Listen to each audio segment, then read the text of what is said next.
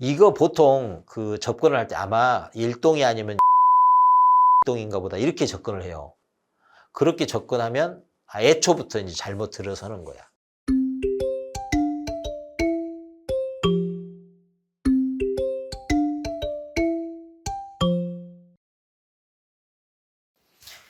네, 안녕하세요. 혈파고입니다. 오늘 세법인데, 세법 하면 여러분 움찔하죠. 문항수는 많지 않은데 그렇다고 던져버릴 수 없죠. 16문항이지만 하기에는 심리적으로 좀 뭔가 손해보는 것 같고, 그런데 사실 안 하면 떨어뜨리는 위력을 또 갖고 있는 게 세법입니다. 그래서 좀 근심거리이기도 한데, 근데 여러분 그 세법이 어려운 이유 중에 가장 핵심은 제가 보기에는 그 이해 없이 무슨 뜻인지 모르고 외우기 때문에 어렵습니다. 그 세법을 보는 게 아니고 읽어내면, 제가 다른 영상에서도 그 예를 들어서 어떻게 공부 또는 학습을 해내야 하는지에 대해서 안내를 해드리는 게 있으니까 두루두루 좀 많이 보시기 바랍니다. 제 영상은 그 모든 내용을 망라하는 그런 게 아니고 하나를 보면 열을 아는, 그걸 노리는 영상들이니까 좀 그런 기대를 가지고 보셔도 됩니다. 오늘은 이제 그 세법 중에 이것도 하나의 예입니다. 이런 것들이 나오면 어떻게 처리하고 해내야 되는지, 학습해내야 되는지, 내 것으로 만들어내야 되는지, 요거를 말씀드린다는 겁니다. 그래서 오늘 뭐 예로 드는 게 이제 세법 중에서 재산세가 있는데, 여러분 취득세 넘어가면 지방세로서 재산세 나오잖아요. 재산세 모든 것 지금 여기 보면 지방세법이라고 되어 있잖아요. 지방세법 중에 재산세인 겁니다. 9장에 나오죠. 9장에. 예. 그리고 이제 이 재산세와 관련된 이 용어의 정의. 예. 모든 법은 정의가 먼저 나옵니다. 그래서 이 법에서 뭐라고 하면 다른 사람이 뭐라고 해도, 다른 어떤 곳에서 엉뚱한 소리를 해도 다 이런 뜻이에요 라고 약속을 하는 겁니다. 약속. 약정적 정의라고 하죠. 사전적 정의가 아니고. 우리 이렇게 약속해요. 이 말은 이런 뜻이에요. 이런 이제 정의가 있는 것이고, 정의 안 보고 조문을 읽는다는 건 어불성설입니다. 예. 자기 마음대로 읽어내면 안 됩니다. 여기서 말하는 이 말은 이것입니다 라고 했을 때 그 뜻으로 읽어내야 됩니다. 그래서 재산세 사실 여러분 알고 계시잖아요. 그래서 과세 대상이 토지, 건축물, 또 둘을 함께 아우르는 주택, 예.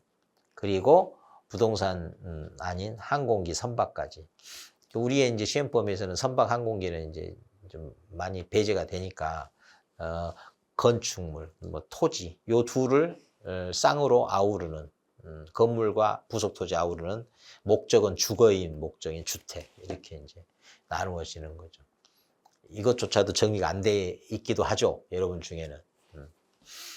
그래서 이렇게 쭉 넘어가면 과세 대상을 좀 세부적으로 구분하는 경우가 있어요.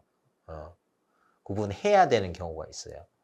어떤 경우냐? 토지 같은 경우는 종합합산, 여기나 종합합산, 그 다음에 뭐 별도합산, 분리과세 이렇게 되어 있는데, 여러분 이 이름 자체가 낯설죠. 그러니까 이거를 딱 듣는 순간 느낌이 오지 않는 거야.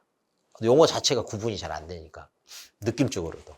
종합합산, 별도합산, 그 다음에 뭐라고 그랬어요? 분리과세, 이렇게 되어 있어요. 근데 여러분 이런 것도 말이죠. 지금 두 개는 합산이라고 되어 있죠. 두 개는 합산이라고 되어 있어요. 일단 합한다. 근데 합하지 않는 게 있다, 이겁니다. 일단은. 자, 합하는 게 있고 합하지 않는 게 있다. 그래서 이 합하는 것으로부터 떼내온다. 분리입니다. 분리. 그래서 분리과세 그러면 합산 안에 이렇게 이어져야 한다는 거예요. 그냥 분리과세 그러면 네, 분리과세 이렇게 해서 그 다음을 문자적으로 연결지으면서 애워나가면 그게 이제 큰 짐이 되면서 세법이 나오는 문항수에 비해서 너무 버거운 거죠. 그래서 하기 싫은 거야. 그렇게 하지 마시라는 겁니다.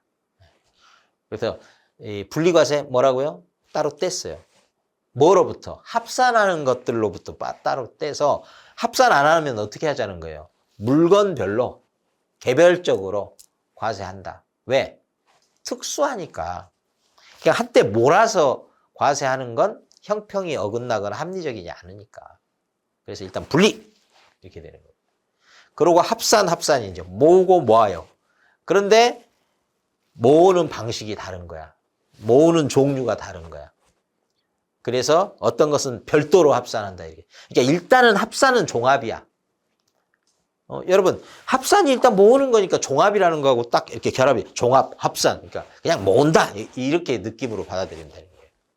그런데 합산을 하는데 따로 떼서 별도로 합산한다. 이렇게 되는 거죠.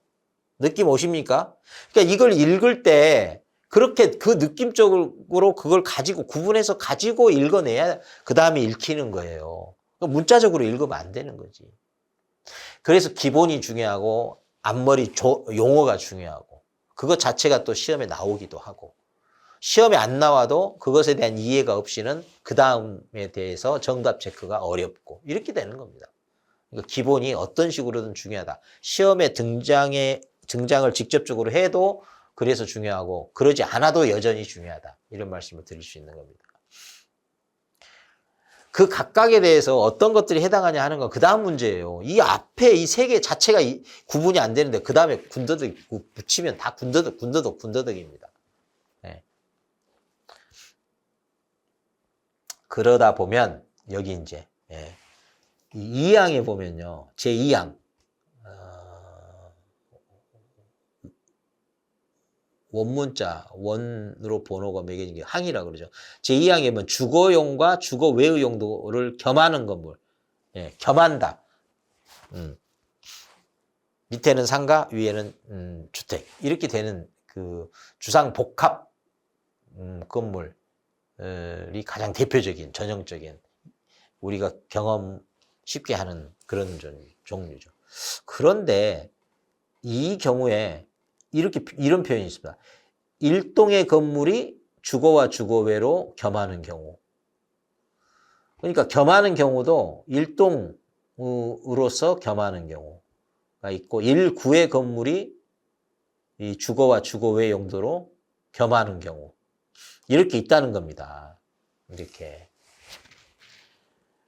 근데 요거를 보세요. 일동의 경우에는 각각 안분하여 이렇게 돼 있어요. 각각. 뭐에 따라? 건물의 면적 비율에 따라. 건물이니까. 근데 구의 경우에는 주거용으로 사용되는 면적이 50에 이르면 이상이니까.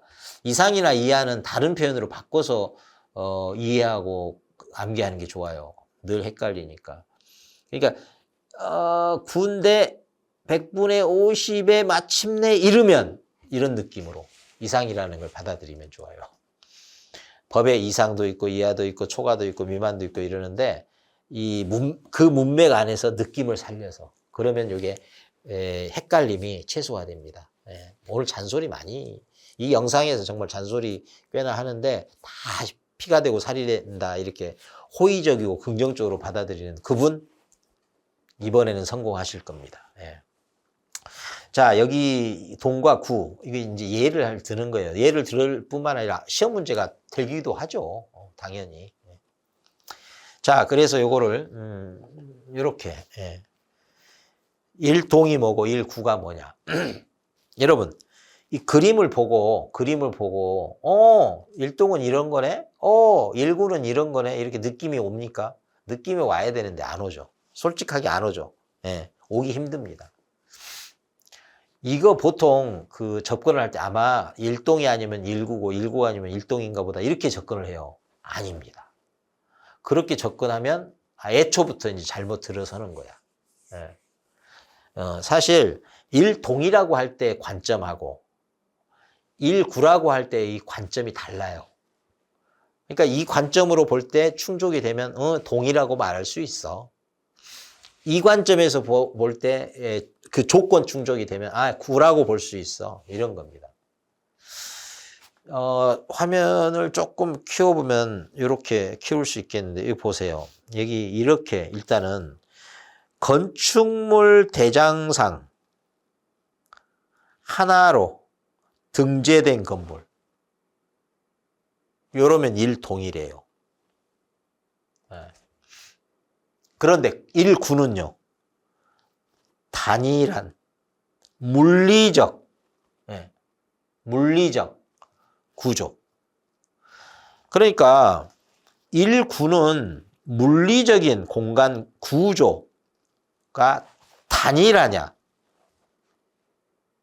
이걸 따지는 거예요.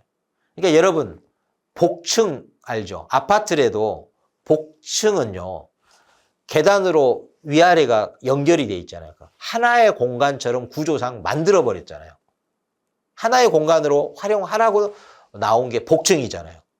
그러니까 그 경우는 아래층과 위층이 일반적으로는 따로 공간적으로 분리가 되어 있지만 하나로 뚫어서 공간적으로 분리가 되거나 연결이 되거나, 이 복층 같은 경우는 완전히 뚫어서 계단을 만들어서 이렇게 이제 공간적으로 하나가 되어 있다. 그래서 그렇게 되어 있다라는 조건이 충족이 되면 1구가 되는 겁니다. 1구.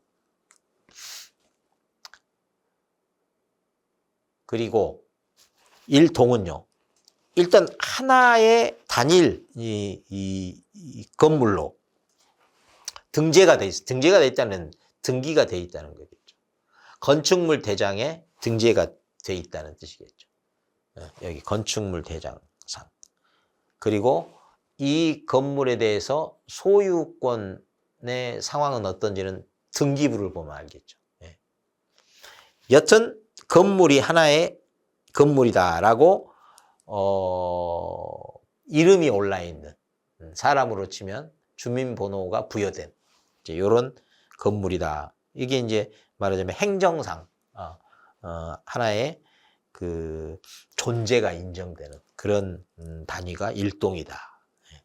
아파트 동 생각하면 돼요. 이거 가장 편하게 이해하려면. 그리고 아파트는 층별로 다 구분 분리가 돼 있죠. 따로따로 공간을 활용하고 있죠. 그럴 수 있는 거예요. 그러니까 전체로 보면 하나의 동이지만 그 안에서는 분리 가능해서 한쪽은 상가로, 한쪽은 주거로 이렇게 사용할 수 있다는 거죠. 여튼 겸하고 있지만 전체로 보면 하나의 등재된 건물이다 할 때는 동이라고 하는 거죠. 그런데 겸하고 있는데 이게 분리된 공간이 아니야. 이 겸하는 이 주상이 이 공간적으로, 물리적으로 하나야. 이럴 때는 요 둘이 겸하는 것이 한 구다. 이렇게 얘기하는 겁니다. 자, 다시 한번 조금 시선을 여러분께 고정하고 말씀드릴게요. 주상이 있다. 겸하고 있다. 그런데 그 겸하는 것이 분리된 공간, 따로따로인 공간이다. 그리고 전체로는 하나의 등재된 건축물 대장에 등재된 건물이다 하면 동. 그런 거 묻지도 않고 관심도 없어요. 이렇게 물리적으로 이렇게 봐서 하나로 그냥 된 공간인지 따로따로 분리된 공간인지 보니까 하나로 이렇게 되어 있다. 물리적으로. 그러면 한 구. 이렇게. 그러니까 이제 가장 전형적으로는 좀 이제 그 헷갈리는 지점에서 많이 양쪽으로 가서 이쪽은 동이고 이쪽은 구다 하면, 구는 시골 구멍가게 생각하시면 좋습니다. 시골에 전방이라고 하는데 가보면 이렇게 문 열고 들어가면 이렇게 뭐 사고 파는 물건들이 일상 필수품들이 있지만 그 뒤로 이렇게 살짝 가면은 거기서 주무시기도 하잖아요, 주인이. 그러다가 손님 오면 빼꼼히 내다보고 뭐 찾으세요 하고 묻는 경우가 있잖아요.